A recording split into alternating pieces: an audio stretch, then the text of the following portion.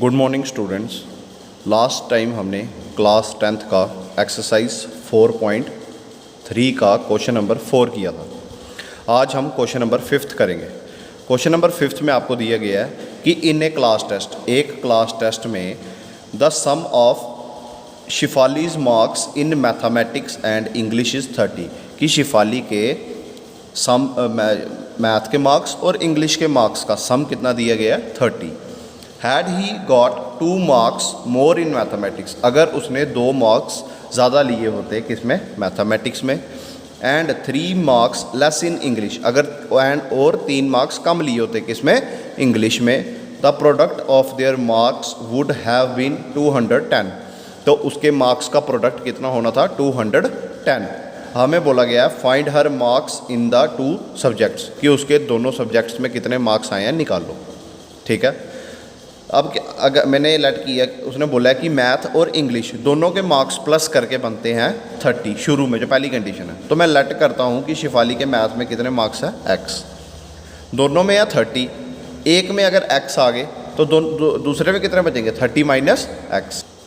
दोनों में थे 30 मार्क्स, मैथ में मैंने लेट किए, कितने मार्क्स लेट किए उसके x, तो इंग्लिश में कितने आएंगे 30 माइनस x, क्योंकि दोनों में थे 30, मैथ में मैंने ले ली x और इंग्लिश में कितना बचेंगे 30 माइनस x। अब आगे आया if she got, second condition उसने क्या दी थी कि अगर वो 2 मार्क्स ज़्यादा लेती है मैथ्स में, 2 मार्क्स ज़्यादा लेती है मैथमेटिक्स में, तो मैंने लिखा इफ़ शी गॉट, अगर वो गॉट करना मतलब लेती है 2 मार्क्स ज़्यादा किसमें, मैथमेटिक्स में, then her marks in English is equal to x plus 2, तो उसके मैथ के मार्क्स कितना बन जाएंगे x प्लस 2। क्यों? क्योंकि उसने मैथ में 2 मार्क्स ज़्यादा लिए, पहले थे x, 2 ज़्यादा लिए, तो अब कितने हो जाएंगे x प्लस 2। ऐसे ही if she got 3 marks less in English, अगर उसको इंग्लिश में 3 मार्क्स कम मिलते हैं, पहले कितने थे 30 माइनस एक्स, 3 क्या लेने हैं कम, तो हो गया 30 माइनस एक्स माइनस 3, तो कितना हो गया 30 में से 3 के पीछे कितना बचा 27 माइनस एक्स, तो इंग्लिश के मार्क्स कितने आ गए 27 माइनस एक्स। ठीक है, ये लिखा हुआ। नेक्स्ट आ गया अकॉर्डिंग टू क्वेश्चन। अब क्या दिया हुआ आपको कि x प्लस 2, क्वेश्चन में उसने क्या दिया था कि अगर वो 2 मार्क्स ज़्यादा लेती है इंग्लिश में और 3 मार्क्स कम लेती है, 2 मार्क्स ज़्यादा लेती है मैथ्स में और 3 मार्क्स कम लेती है इंग्लिश में, तो उसके नंबर्स का जो प्रोडक्ट बनेगा, प्रोडक्ट मतलब मल्टीप्लाई करके उसके जो 2 नंबर हैं उन दोनों को जब मल्टीप्लाई करेंगे आपस में, तो आंसर कितना आएगा 210। तो वही मैंने कंडीशन लगाई अकॉर्डिंग टू क्वेश्चन, ये 2 नंबर x प्लस 2 और 27 माइनस एक्स, इन दोनों का प्रोडक्ट कितना आया 210। ठीक है, आगे फिर आपका वही सेम मेथड 27 माइनस एक्स, अब देखो x को 27 से किया 27x, माइनस x को x से किया माइनस एक्स स्क्वायर, प्लस 2 को 27 से किया तो 2 इंटू 27, प्लस 2 को माइनस x से किया तो minus 2x is equal to 210। 27x में से 2x निकाले, पीछे बचा 25x माइनस x का square plus 54 equal to 210। Minus x का स्क्वायर सारा ऐसे लिखना है, 210 को राइट साइड से उठा के कहाँ पे ले आना, लेफ्ट साइड पे। आगे देखो x स्क्वायर क्या बचा आपका x square plus 25x minus 156 is equals to 0। अब मैंने आपको जितने भी क्वेश्चन पुराने कराए आपको पता है कि हमने x स्क्वायर का कोफिशिएंट को क्या रखना है पॉजिटिव, तो मैं क्या करूँगा, इधर नेगेटिव है तो मैं एक माइनस कॉमन ले लूँगा बाहर, पीछे क्या बचेगा x का प्लस x स्क्वायर किसका बचेगा प्लस का, 25 प्लस का था अब किसका हो जाएगा माइनस का, क्योंकि जब बाहर माइनस निकालते हैं तो अंदर के सारे साइन क्या हो जाते हैं अपोजिट। देखो बाहर माइनस लिखा है, x स्क्वायर माइनस का तो कितना आ गया प्लस का, 27 प्लस का तो किसका आ गया माइनस का, 156 माइनस का तो किसका आ गया प्लस का, इक्वल्स टू 0।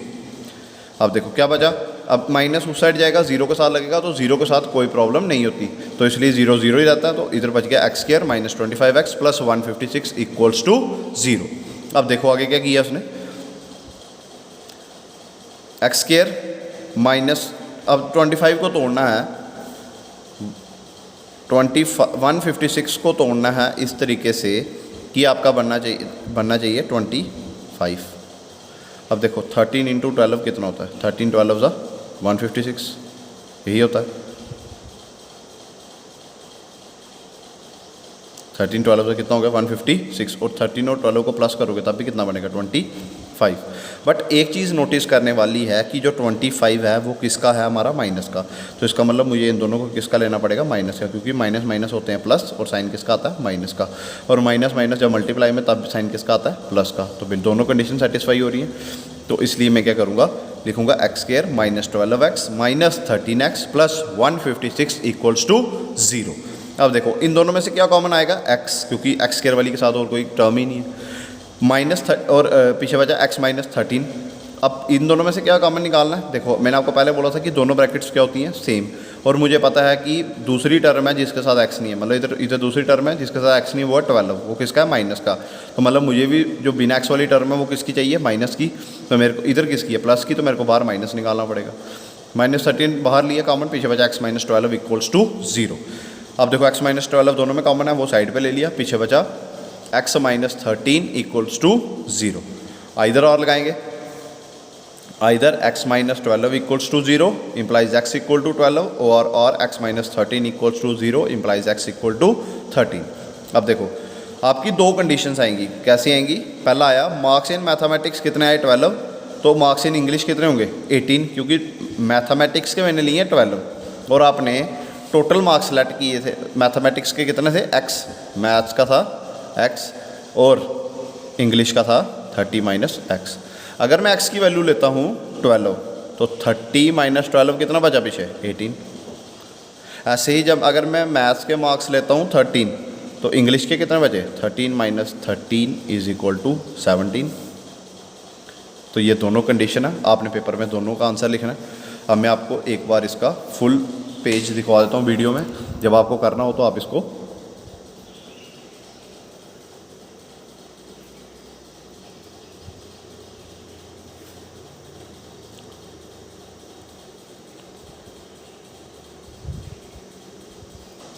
आइए अब करते हैं क्वेश्चन नंबर 6।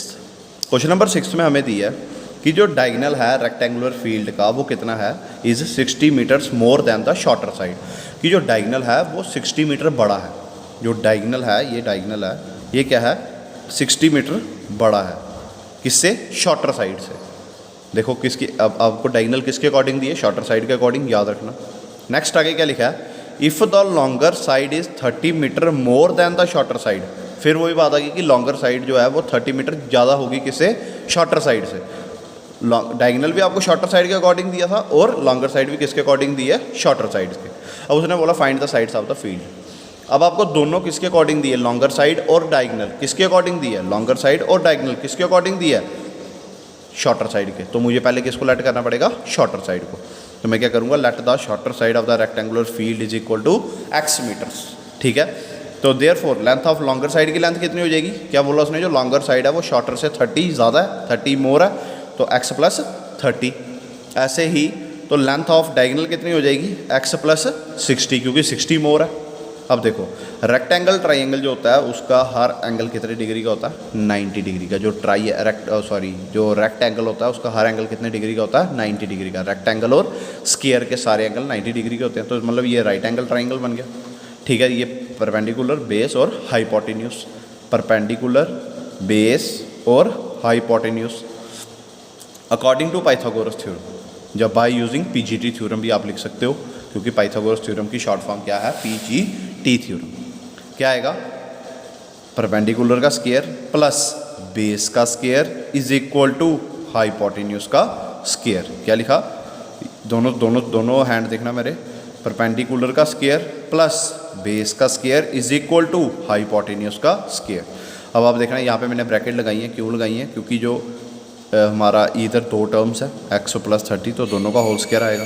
ठीक है, एक्स स्क्वायर तो ऐसे ही आ गया, प्लस a प्लस बी का होल स्क्वायर लगाएंगे, A square plus B square plus 2 into A into B is equal to, यहाँ पे भी हम लगाएंगे a प्लस बी का होल स्क्वायर। क्या आएगा, A square plus B square plus 2 into A into B.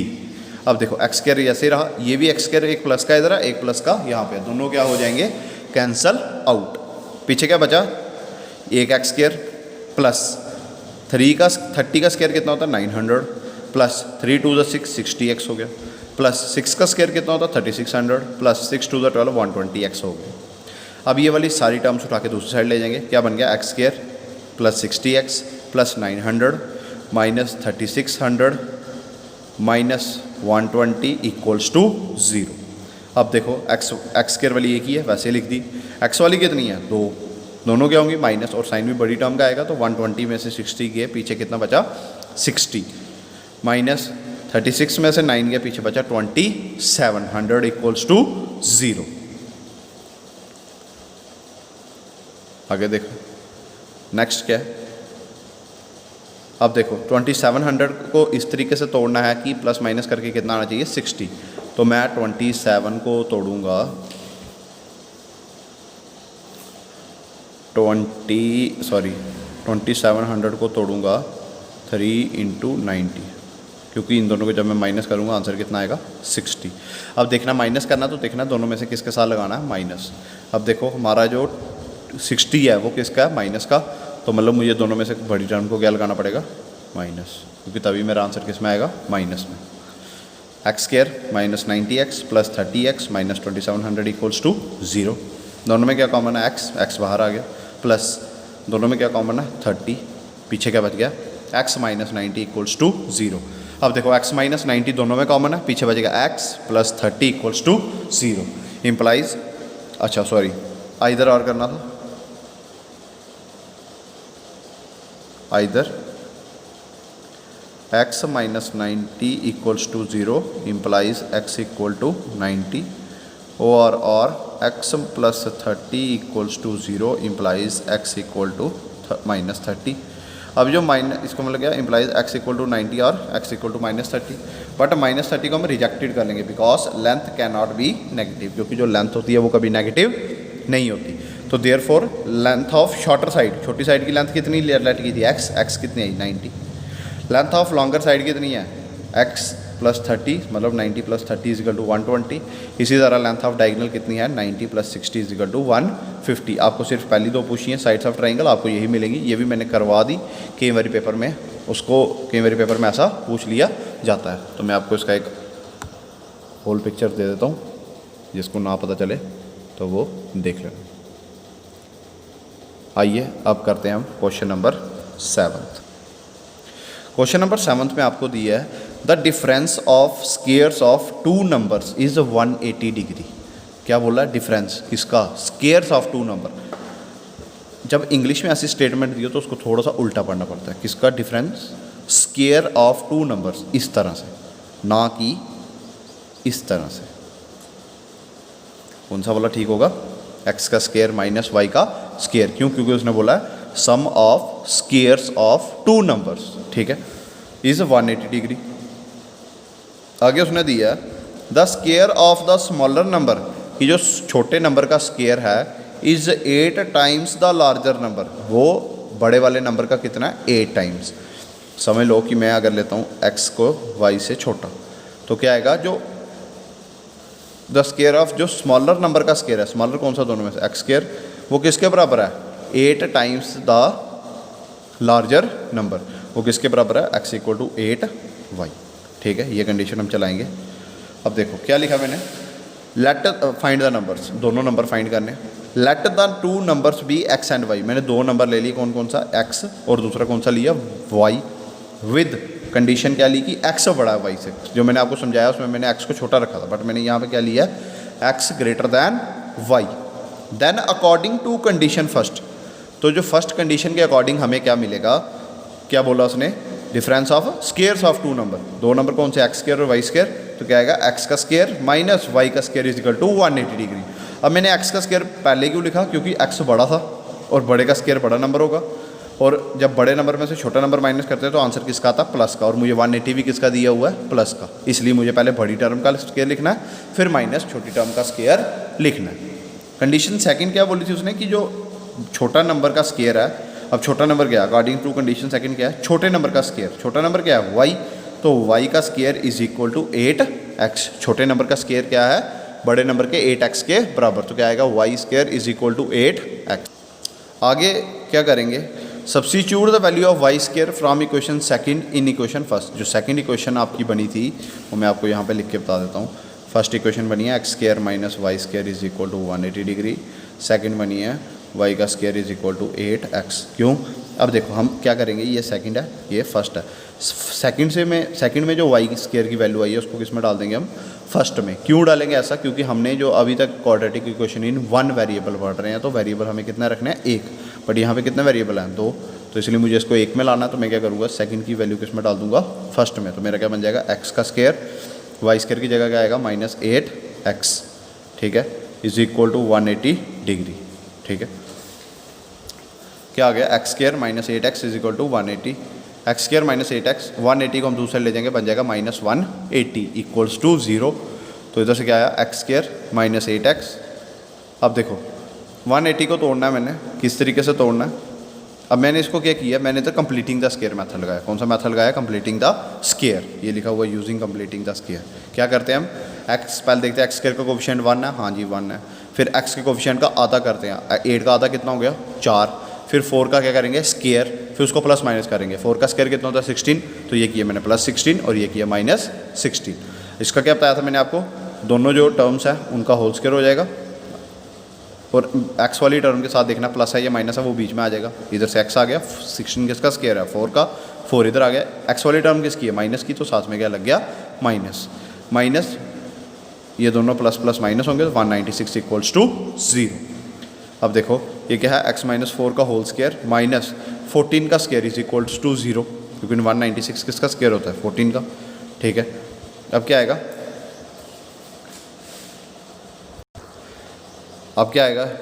A square -b square का derivative लगाएंगे, क्या होता है, a - b, ए पूरा आपका ये x - 4 पूरा ये है -b, और into a + b is equal to 0। अब देखो x, ये माइनस प्लस, साइन किसका आएगा minus, x - 18 into x + 10 equals to 0। तो इधर क्या होगा आपका, ये वाला 0 होगा, यहाँ दूसरा 0 होगा।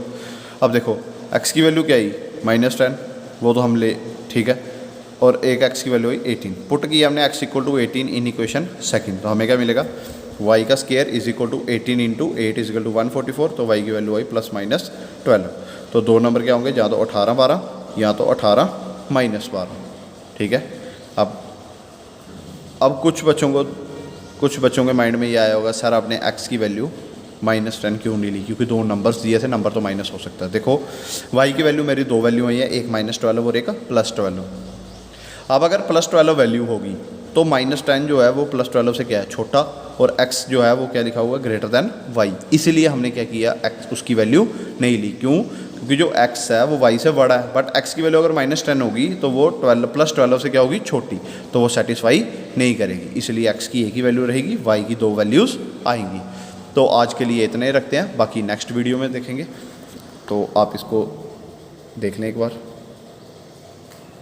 आज के लिए इतना ही, बाकी नेक्स्ट वीडियो में जिसको पूरा क्वेश्चन इकट्ठा नहीं दिख रहा, उसके लिए ये तभी मैंने आपको पूरा एक ही बार दिखाता था, ताकि आप उसको पॉज करके वीडियो को वहाँ पे आप वो क्वेश्चन पूरा उतार सकें। तो समझे क्वेश्चन को, वीडियो को ज़्यादा से ज़्यादा शेयर करें, अपने फ्रेंड्स तक पहुँचाएँ, हेल्प करें लॉकडाउन में एक दूसरे की, घर में अपने छोटे भाई बहनों को भी पढ़ाएँ, और stay home, stay safe. Thank you.